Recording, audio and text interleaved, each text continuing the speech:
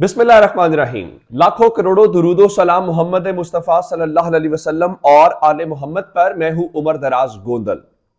आज supreme court के अंदर समाअत थी और पिछले 24 घंटों में जजेस के बारे में, सुप्रीम कोर्ट के बारे में, बिलखुसूस चीफ जस्टिस के बारे में जो कुछ किया गया है, आज चीफ जस्टिस ने बल्कि सुप्रीम कोर्ट ने उसका बदला ले लिया है।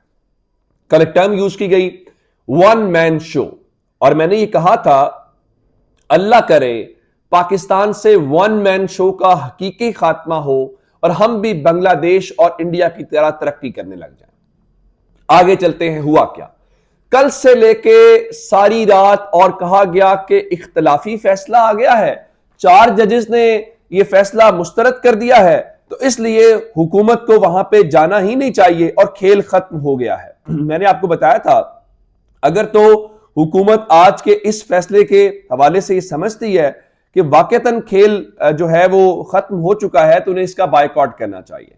आज सबसे पहले नुक्ता ही वो आया, और आपको पता होना चाहिए कि जस्टिस जमाल खान मंदोखेल और जस्टिस मंसूर अली शाह का यह फैसला था कल जो जारी हुआ, और जस्टिस जमाल खान मंदोखेल इस बेंच का हिस्सा है। आज जैसे ही अटॉर्नी जनरल आए, अटॉर्नी जनरल ने 2 से 3 बातें की। पहली, उन्होंने कहा जी मैं काबिल समाअत होने के ऊपर बात करना चाहता हूं इस दरखास्त के। दूसरा, उन्होंने कहा कि अब देखना यह है कि किस फैसले की तौहीन हुई है, क्योंकि वो जो फैसला है यकुम मार्च वाला वो स्टैंड नहीं कर रहा। उसके ऊपर 2 जजेस का इख्तलाफी नोट आ गया है जिसमें यह कहा गया है कि वो पिटीशन 4-3 से मुस्तरद हो गई है, जिसके ऊपर कोई और नहीं बोला, वही जज साहब यानी जस्टिस जमाल खान मंदोखेल साहब जिन्होंने यह फैसला जारी किया हुआ है। जब उन्होंने इस मामले के हवाले से कहा तो जस्टिस जमाल खान मंदोखेल क्या बोले, मैं जरा अदील सरफराज जो कोर्ट रिपोर्टर कोर्ट में मौजूद थे, उन्होंने क्या बोला। अटॉर्नी जनरल की जानिब से जस्टिस मंसूर अली शाह और जस्टिस जमाल खान मंदोखेल के फैसले का हवाला दिया गया, तो जस्टिस जमाल खान बोले आप मामले को आप इस मामले को रहने दे, यह हमारा अंदरूनी मामला है। यानी वो क्या मामला है कि फैसला क्या है, ये सुप्रीम कोर्ट का अंदरूनी मामला है, आप उसके ऊपर मत जाएं। जिस पे चीफ जस्टिस ने भी फौरी तौर पे कमरा अदालत के अंदर जस्टिस जमाल खान मंदोखेल का शुक्रिया अदा किया और कहा कि मैं अपने साथी जज का इंतहाई मशकूर हूं।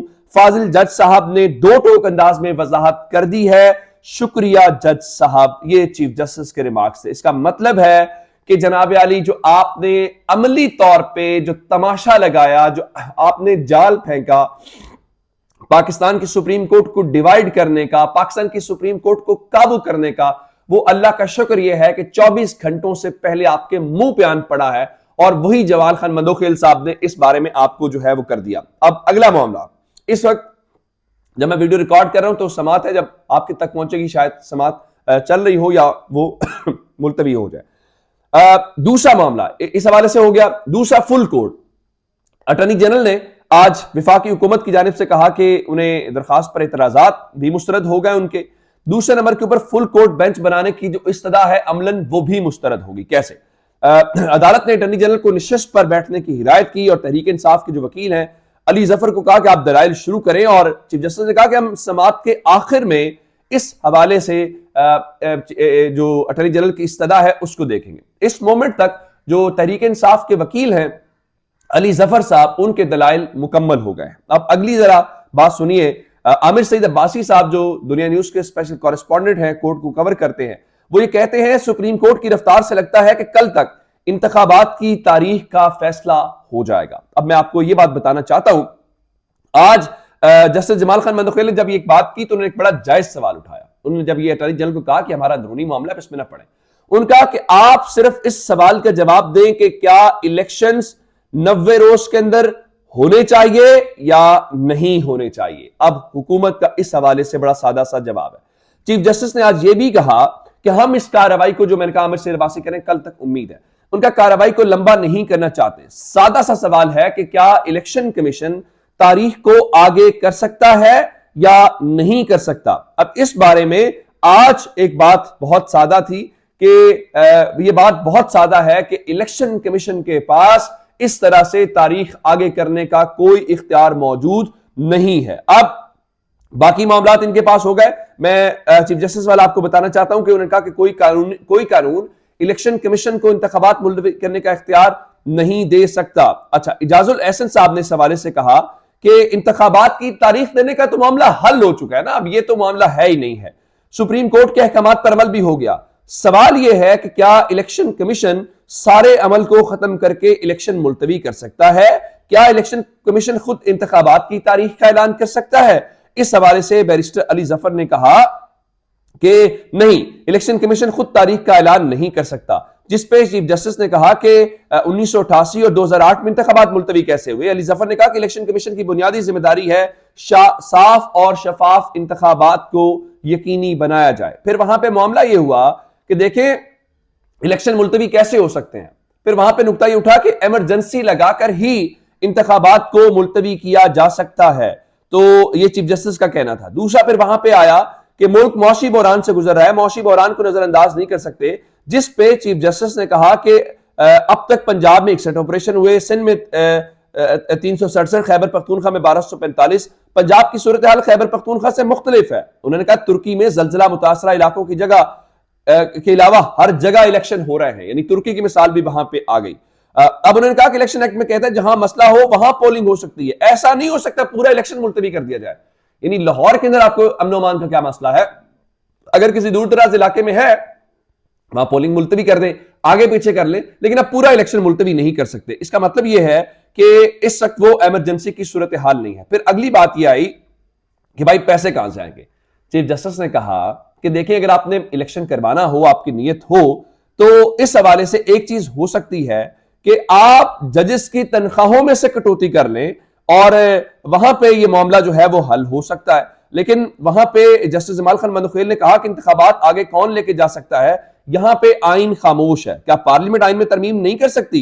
जिस पे जस्टिस मुनीब अख्तर ने कहा कि पार्लियामेंट तरमीम तो कर सकती है, जो सबसे अच्छा होगा, लेकिन सवाल यह है कि तरमीम होने तक जो इस वक्त इंतखाबात हैं उनका क्या होगा। यहां पे फिर अली जफर साहब ने कहा जिस बुनियाद पर इलेक्शन मुलतवी हुए हैं इस पर तो कभी इलेक्शन नहीं हो सकते।